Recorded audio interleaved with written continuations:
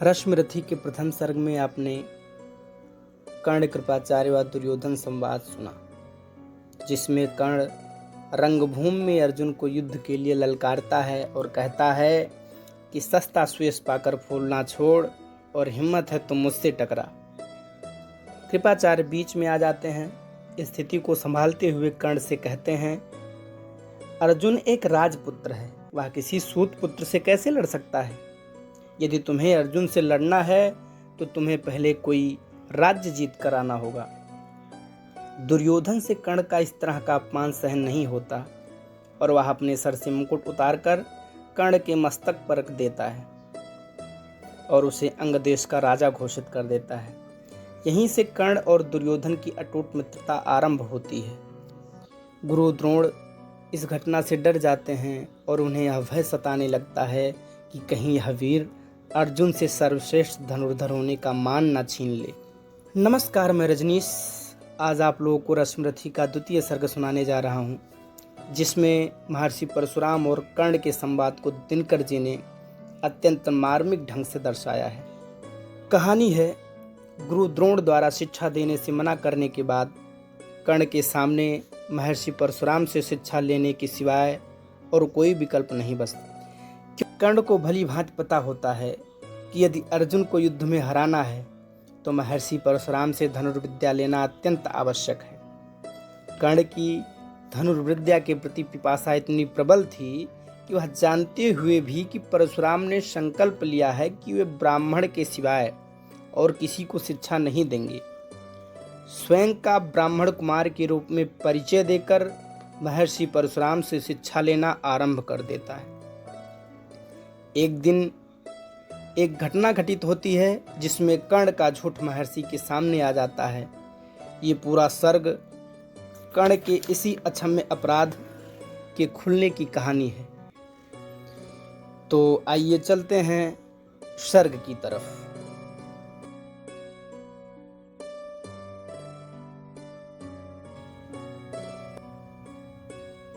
शीतल विरल एक कानन शोभित आदित्य का के ऊपर, कहीं उच्च प्रस्रवण चमकते झरते कहीं शुभ निर्झर, जहां भूमि समतल सुंदर है नहीं दिखते हैं पाहन, हरियाली के बीच खड़ा है विस्तृत एक ओटस पावन। आसपास कुछ कटे हुए पीले धन खेत सुहाते हैं, शशक मूस गिलहरी कबूतर घूम घूम कर खाते हैं, कुछ तंद्रिल अलसित बैठे हैं, कुछ करते शिशु का लेहन, कुछ खाते शाकल्य दिखते बड़े तुष्ट सारे गोधन। हवन अग्नि बुझ चुकी गंध से वायु अभी परमाती है, भीनी भीनी महक प्राण में मादकता पहुंचाती है, धूम धूम चर्चित लगते हैं तरु के श्याम छदन, कैसे झपक रहे हों शिशु के अलसित कजरारे लोचन जैसे।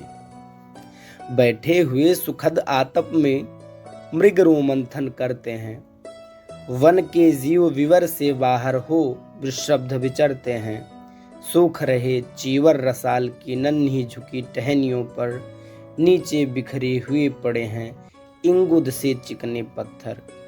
अजनि दर्भ पालाश कमंडलु, एक ओर तप के साधन, एक ओर हैं टंगे धनुष, तोड़ीर तीर वर्छे भीषण, चमक रहा तृणकुटी द्वार पर एक परशु आभाशाली, लौह दंड पर जड़ित पड़ा हो मानो अर्ध अंशमाली। श्रद्धा बढ़ती अजिन दर्भ पर परशु देख मन डरता है, युद्ध शिविर या तपोभूमि यह समझ नहीं कुछ पड़ता है, हमन कुंड जिसका यह उसके ही क्यों है ये धनुष कुठार, जिस मुन की यह श्रुआ उसी की हो सकती कैसी तलवार। आई है वीरता तपोवन में क्या पुण्य कमाने को, या संन्यास साधना में है दैहिक शक्ति जगाने को, मन ने तन का सिद्ध यंत्र अथवा शस्त्रों में पाया है, या कि वीर कोई योगी से युक्ति सीखने आया है। परशु और तप ये दोनों वीरों के ही होते श्रृंगार, क्लीव न तो तप ही करता है ना तो उठा सकता तलवार, तप से मनुष्य दिव्य बनता है क्षण विकार से लड़ता है, तन की समर भूमि में लेकिन काम खड्ग ही करता है। किंतु कौन नर तपोनिष्ठ है यहाँ धनुष धरने वाला, एक साथ यज्ञाग्नि और अस की पूजा करने वाला। कहता है इतिहास जगत में हुआ एक ही नर ऐसा, रण में कुटिल काल समक्रोधी, तप में महासूर्य जैसा। मुख में वेद पीठ पर तर्कस, कर में कठिन कुठाल विमल, शाप और शर दोनों ही थे जिस महान ऋषि के संबल।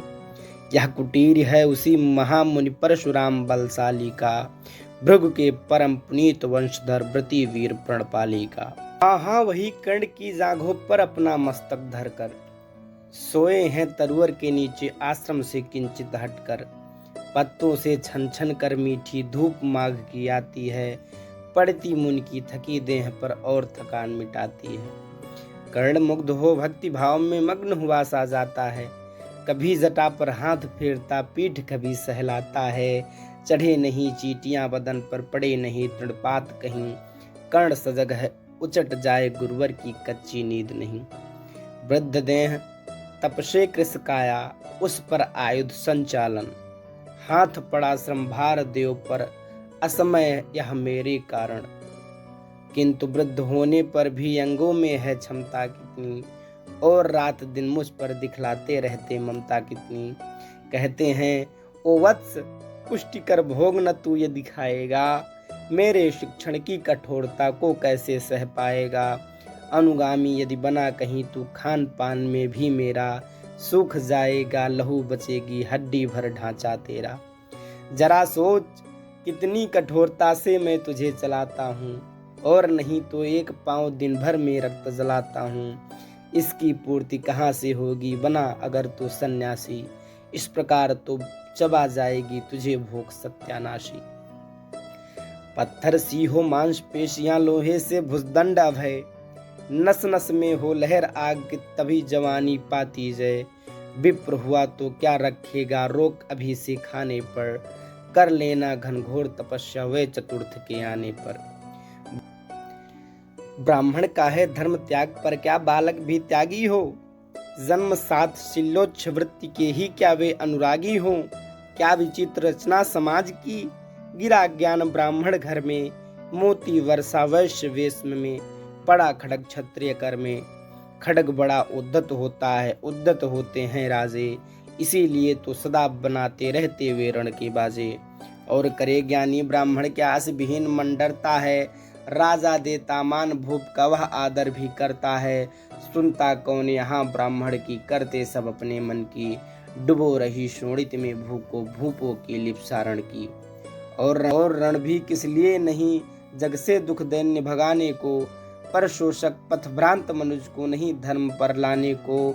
रण केवल इसलिए कि राजे और सुखी हों मानी हों, और प्रजाएं मिले उन्हें वे और अधिक अभिमानी हों। रण केवल इसलिए कि वे कल्पित भाव से छूट सकें, बढ़े राज्य की सीमा जिससे अधिक जनों को लूट सकें। रण केवल इसलिए कि सत्ता बढ़े नहीं पत्ता डोले, भूपों के विपरीत न कोई कहीं कभी कुछ भी बोले। ज्यों ज्यों मिलती विजय अहम नरपति का बढ़ता जाता है, और जोर से वह समाज के सिर पर चढ़ता जाता है। अब तो है यह दशा कि जो कुछ है वह राजा का बल है। ब्राह्मण खड़ा सामने केवल लिए शंख गंगा जल है, कहाँ तेज ब्राह्मण में अविवेकी राजा को रोक सके। धरे कुपथ पर जभी पांव वह तत्क्षण उसको टोक सके। और कहे भी तो ब्राह्मण की बात कौन सुन पाता है, यहाँ रोज राजा ब्राह्मण को अपमानित करवाता है। चलती नहीं यहाँ पंडित की, चलती नहीं तपस्वी की, जय पुकारती प्रजा रात दिन राजा जयी यशस्वी की। सिर था जो सारे समाज का वही अनादर पाता है, जो भी खिलता फूल भुजा के ऊपर चढ़ता जाता है। चारों ओर लोभ की ज्वाला, चारों ओर भोग की जय, पाप भार से दबी धसी जा रही धरा पल पल निश्चय। जब तक भोगी भूप प्रजाओं के नेता कहलाएंगे, जब तक भोगी भूप प्रजाओं के नेता कहलाएंगे। ज्ञान त्याग तप नहीं श्रेष्ठता का जब तक पद पाएंगे। अशन वसन से हीन दीनता में जीवन धरने वाले, सह कर भी अपमान मनुष्यता की चिंता करने वाले। कवि कोविद विज्ञान विशारद कलाकार पंडित ज्ञानी, कनक नहीं कल्पना ज्ञान उज्ज्वल चरित्र के अभिमानी। इन विभूतियों को जब तक संसार नहीं पहचानेगा, राजाओं से अधिक पूज्य जब तक ना इन्हें वह मानेगा, तब तक पड़ी याग में धरती इसी तरह अकुलाएगी। चाहे जो भी करे दुखों से छूट नहीं वह पाएगी। थकी जीव समझाकर गहरी लगी ठेस अभिलाषा को, भूप समझता नहीं और कुछ छोड़ खड़क की भाषा को। रोक टोक से नहीं सुनेगा नृप समाज अविचारी है, ग्रीवा हर निष्ठुर कुठार का यह मदांध अधिकारी है। इसीलिए तो मैं कहता हूँ अरे ज्ञानियों खड्ग धरो, हर न सका जिसको कोई भी भूखा वह तुम त्रास हरो। रोज कहा करते हैं गुरुवर खड्ग महाभयकारी है, इसे उठाने का जग में हर एक नहीं अधिकारी है। वही उठा सकता है इसको जो कठोर हो कोमल भी, जिसमें हो धीरता वीरता और तपस्या का बल भी। वीर वही है जो कि शत्रु पर जब भी खड्ग उठाता है, मानवता के महागुणों की सत्ता भूल न जाता है। सीमित जो रख सके खड्ग को पास उसी को आने दो, विप्र जाति के सिवा किसी को मत तलवार उठाने दो। जब जब मैं सर चाप उठाकर कर्तव्य कुछ दिखलाता हूँ, सुनकर आशीर्वाद देव का धन्य धन्य हो जाता हूँ। जियो जियो ऐ वत्स, तीर तुमने कैसा हमारा है, दहक उठा बन उधर इधर फूटी निर्झर की धारा है। मैं शंकित था ब्राह्म वीरता मेरे साथ मरेगी क्या, परशुराम की याद विप्र की जाति न जुग धारेगी क्या। पाकर तुम्हें किंतु इस वन में मेरा हृदय हुआ शीतल, तुम अवश्य ढोगे उसको मुझ में है जो तेज अनल। जियो जियो ब्राह्मण कुमार तुम अच्छे कीर्ति कमाओगे, एक बार तुम भी धरती को निक्षत्रिय कर जाओगे। निश्चय तुम ब्राह्मण कुमार हो कवच और कुंडल धारी, तप कर सकते और पिता माता किसके इतनी भारी। किंतु हाय ब्राह्मण कुमार सन प्राण कांपने लगते हैं, मन उठता धिक्कार हृदय में भाव ग्लानि किए जगते हैं। गुरु का प्रेम किसी को भी क्या ऐसे कभी खला होगा, और शिष्य ने कभी किसी गुरु को इस तरह छला होगा। पर मेरा क्या दोष, हाय मैं और दूसरा क्या करता, पी सारा अपमान द्रोण के मैं कैसे पैरों पड़ता। और पांव पड़ने से भी क्या गूढ़ ज्ञान सिखलाते वे, एक लब्ध सा नहीं अंगूठा क्या मेरा कटवाते वे। हाय कर्ण तू क्यों जन्मा तू क्यों वीर हुआ, कवच और कुंडल भूषित भी तेरा अधम शरीर हुआ। धस जाए वह द्वेष अतल में गुड़ की जहाँ नहीं पहचान, जाति गोत्र के बल से ही आदर पाते हैं जहाँ सुजान। नहीं पूछता है कोई तुम मृति वीर या दानी हो, नहीं पूछता है कोई तुम मृति वीर या दानी हो। सभी पूछते मात्र ही तुम किस कुल के अभिमानी हो। मगर मनुज क्या करे जन्म लेना तो उसके हाथ नहीं, चुनना जाति और कुल अपने बस की तो है बात नहीं। मैं कहता हूँ अगर विधाता नर को मुट्ठी में भरकर, मैं कहता हूँ अगर विधाता नर को मुट्ठी में भरकर कहीं छीट दे ब्रह्मलोक से ही नीचे भूमंडल पर, तो भी विविध जातियों में ही मनुज यहाँ आ सकता है। नीचे है क्यारियाँ बनी तो बीज कहाँ जा सकता है। कौन जन्म लेता किस कुल में आकस्मिक ही है यह बात, छोटे कुल पर किंतु यहाँ होते तब भी कितने आघात। हाय जाति छोटी है तो फिर सभी हमारे गुण छोटे, जाति बड़ी तो बड़े बने वे रहे लाख चाहे खोटे। गुरु को लिए कर्ण चिंतन में था जब मग्न चल बैठा, तभी एक विषकीट कहीं से आसन के नीचे बैठा। वज्रदंष्ट वह लगा कर्ण के उर को कुतर कुतर खाने, और बनाकर छिद्र मांस में मंद मंद भीतर जाने। कर्ण विकल हो उठा दुष्ट भौरे पर हाथ धरे कैसे, बिना हिलाए अंग कीट को किसी तरह पकड़े कैसे। पर भीतर उस धसे कीट तक हाथ नहीं जा सकता था, बिना उठाए पांव शत्रु को कर्ण नहीं पा सकता था। किंतु पांव के हिलती ही गुरुवर की नींद उचट जाती। सहम गई यह सोच कर्ण की भक्तिपूर्ण विह्वल छाती। सोचा उसने अतः कीट यह पिए रक्त पीने दूंगा, गुरु की कच्ची नींद तोड़ती कार पर पाप नहीं लूंगा। बैठा रहा चल आसन से कर्ण बहुत मन को मारे, आह निकाले बिना शिला से सहनशीलता को धारे। किंतु लहू की गर्म धार जो सहसा आन लगी तन में, परशुराम जग पड़े रक्त को देख हुए विस्मित मन में। कर्ण झपट कर उठाएंगी तो मैं गुरु से आज्ञा लेकर, बाहर किया कीट को उसने छत में से उंगली देकर। परशुराम बोले, शिव शिव, तूने यह की मूर्खता बड़ी। सहता रहा चल जाने कब से ऐसी वेदना कड़ी। तनिक लजाकर कहा, करने नहीं अधिक पीड़ा मुझको। महाराज क्या कर सकता है यह छोटा कीड़ा मुझको। मैंने सोचा हिला डुला तो वृथा आप जग जाएंगे। क्षण भर को विश्राम मिला जो नाहक उसे गंवाएंगे। निश्चल बैठा रहा सोच यह कीट स्वयं उड़ जाएगा। छोटा सा यह जीव मुझे कितनी पीड़ा पहुंचाएगा। पर यह तो भीतर धंसता ही गया, मुझे हैरान किया। लज्जित हूँ इसलिए कि सब कुछ स्वयं आपने देख लिया। परशुराम गंभीर हो गए, सोच न जाने क्या मन में। फिर सहसा क्रोधाग्नि भयानक भभक उठी उनके तन में। दांत पीस आंखें तरेर कर बोले, कौन छली है तू। दांत पीस आंखें तरेर कर बोले, कौन छली है तू। ब्राह्मण है या और किसी अभिजन का पुत्र बलि है तू। सहनशीलता को अपना कर ब्राह्मण कभी न जीता है। किसी लक्ष्य के लिए नहीं अपमान हलाहल पीता है। सह सकता जो कठिन वेदना, पी सकता अपमान वही। बुद्धि चलाती जिसे तेज का, कर सकता बलिदान वही। तेज पुंज ब्राह्मण तिल तिल कर जले नहीं हो सकता है। किसी दशा में भी स्वभाव अपना वह कैसे खो सकता। कसक भोगता हुआ विप्र निश्चल कैसे रह सकता है। इस प्रकार की चुभन वेदना क्षत्रिय ही सह सकता है। तू अवश्य क्षत्रिय है पापी, बता न तो फल पाएगा। परशुराम के कठिन शाप से अभी भस्म हो जाएगा। क्षमा क्षमा हे दया में गिरा कर्ण गुरु के पद पर। मुख विवर्ण हो गया, अंग कांपने लगे भय से थर थर। सूत पुत्र मैं शूद्र कर्ण हूँ, करुणा का अभिलाषी हूँ। जो भी हूँ पर देव आपका अनुचर अंतेवासी हूँ। छली नहीं मैं किंतु छल का ही तो यह काम हुआ। आया था विद्या संचय को किंतु व्यर्थ बदनाम हुआ। बड़ा लोभ था बनु शिष्य में कार्तवीर के जेते का। तपोदीप्त शूरमा विश्व के नूतन धर्म पुड़ेते का। पर शंका थी मुझे सत्य का, अगर पता पा जाएंगे महाराज मुझ सूत पुत्र को कुछ भी नहीं सिखाएंगे। बता सका मैं नहीं इसी से प्रभु जाति अपनी छोटी। करें देव विश्वास भावना ना थी कोई खोटी। पर इतने से भी लज्जा हाय गड़ा सा जाता हूँ। मारे बिना हृदय में अपने आप मरा सा जाता हूँ। छल से पाना मान जगत में किल विषय मल ही तो है। ऊंचा बना आपके आगे सचमुच यह छल ही तो है। पाता था सम्मान आज तक दानी व्रती बली होकर। अब जाऊंगा कहाँ स्वयं गुरु के सामने छली होकर। करे भस्म ही मुझे देव सम्मुख है मस्तक नत मेरा।